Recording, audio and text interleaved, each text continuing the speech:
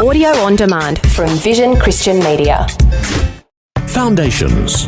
Shema Israel, Adonai Eloheinu Adonai Echad. Baruch Shem Kevod Malchuto Leolam Vaed. Hear, O Israel, the Lord our God, the Lord is one. And you shall love the Lord your God with all your heart, with all your soul, and with all your might. Foundations. Understanding the Jewish foundations of our Christian faith. With Robbo Robinson and Mandy Warby. A new week of Foundations, and a reminder that you can get the notes from all these studies online at vision.org.au/foundations. There's a whole lot more in the notes than what we're bringing to you on this program. So check that out, vision.org.au/foundations.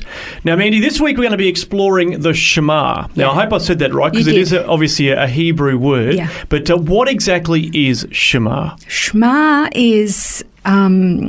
it's not necessarily a statement of belief, but it is a principle or a guideline or a what would you say, a template for living, or and it's also a command. I'm gonna attempt a little Hebrew here. All right, just so that I can give you Shema, because this is an amazing piece of scripture that Jewish people are taught from the cradle. And it goes like this: Shema Israel, Adonai Eloheinu Adonai Echad. Baruch Shem Kevod Malchuto Leolam Vaed. And that means, hear, O Israel, the Lord our God, the Lord is one. And you shall love the Lord your God with all your heart, with all your soul, and with all your might. Okay, well, I've heard that before. I just haven't heard the Hebrew version. You haven't heard the other bit before. But most people are unaware that it comes straight out of the Old Covenant scriptures.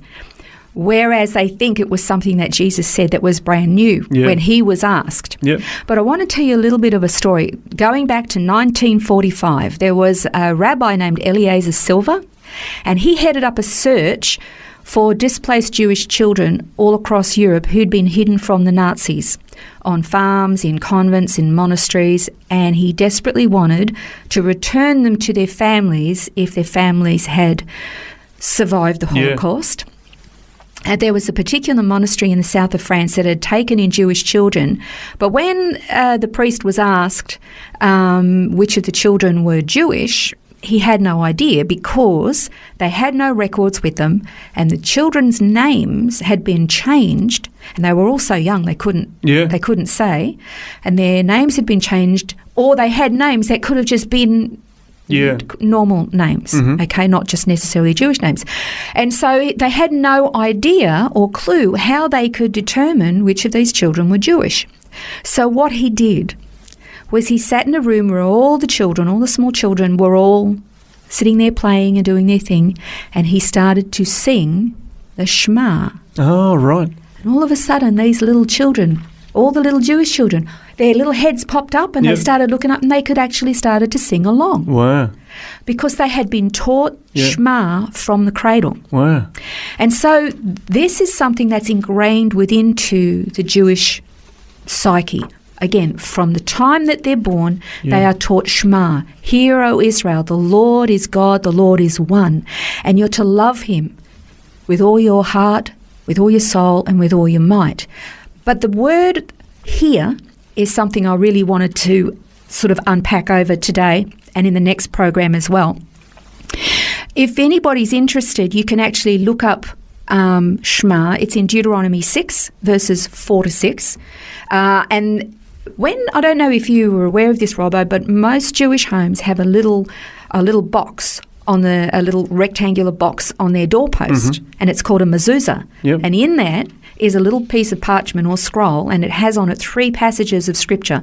Shema from Deuteronomy. It also has a passage from Deuteronomy chapter 11 and a passage from Numbers 15. And that's all on this little scroll, because God told them, put my word on the doorposts and lintels of your house. They've done it literally. It's a very literal, it's a very practical faith, is Judaism.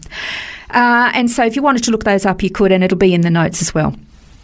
Okay, so what's really interesting is that one of the scribes in, if you read in Mark chapter 12, verse 28 and 31, one of the scribes heard that Jesus was having some, we call it arguments, and with some of the religious leaders, and he thought, this guy's doing okay. And so he comes and says, what is the greatest commandment?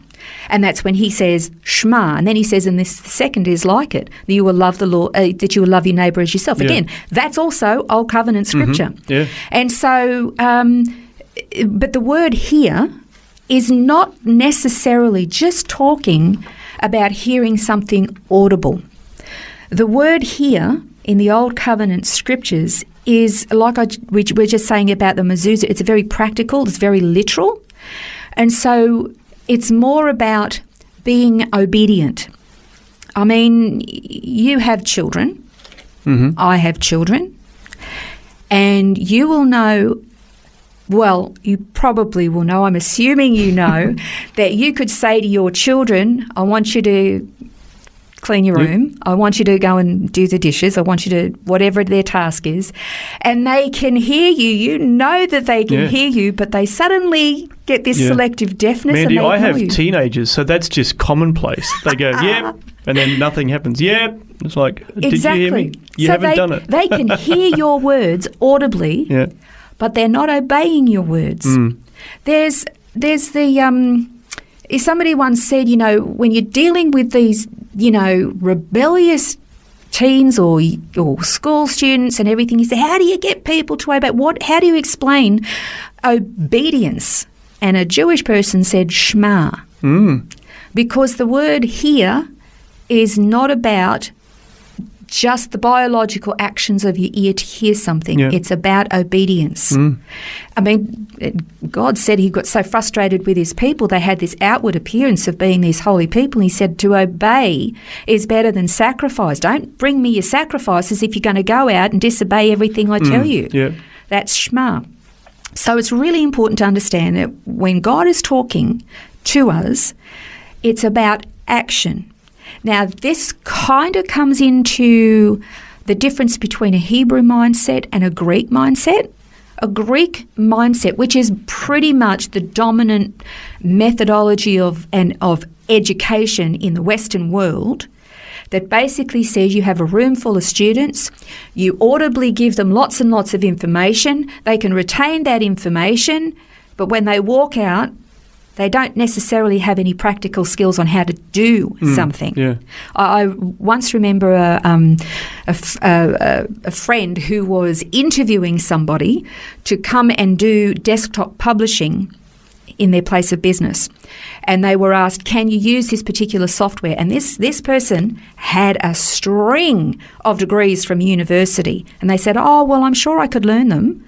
They said, what have you been doing in university? It was all just knowledge. Theory. It was all theory, nothing practical. Whereas the Hebrew mindset is discipleship. Watch me, copy. Watch me, copy. Watch me and copy. Do what I do as I do it. That's how we're supposed to imitate Christ. To see what he did and then do it. So it's about doing. So hearing is about obedience. We're going to look at this a little bit more tomorrow as well. But when you look at the Shema, again, we break down Shema and look at it more closely, it's wonderful. Shema, hear, Israel, Adonai, the Lord, Eloheinu, our God, Adonai, the Lord, Echad, one or alone. And in a couple of days, we're going to look at that word one as well. There's some surprising things in there as well. But, you know, it's about taking heed. It's about being obedient. It's about hearing what he said and actually doing it. Well, in the next program, we'll continue learning about Shema and what the word here actually means. And a reminder that you can get these notes off the website, vision.org.au/foundations.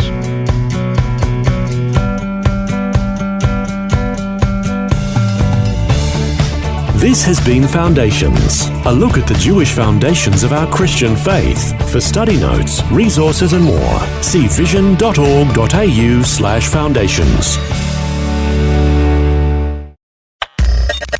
Thanks for taking time to listen to this audio on demand from Vision Christian Media. To find out more about us, go to vision.org.au.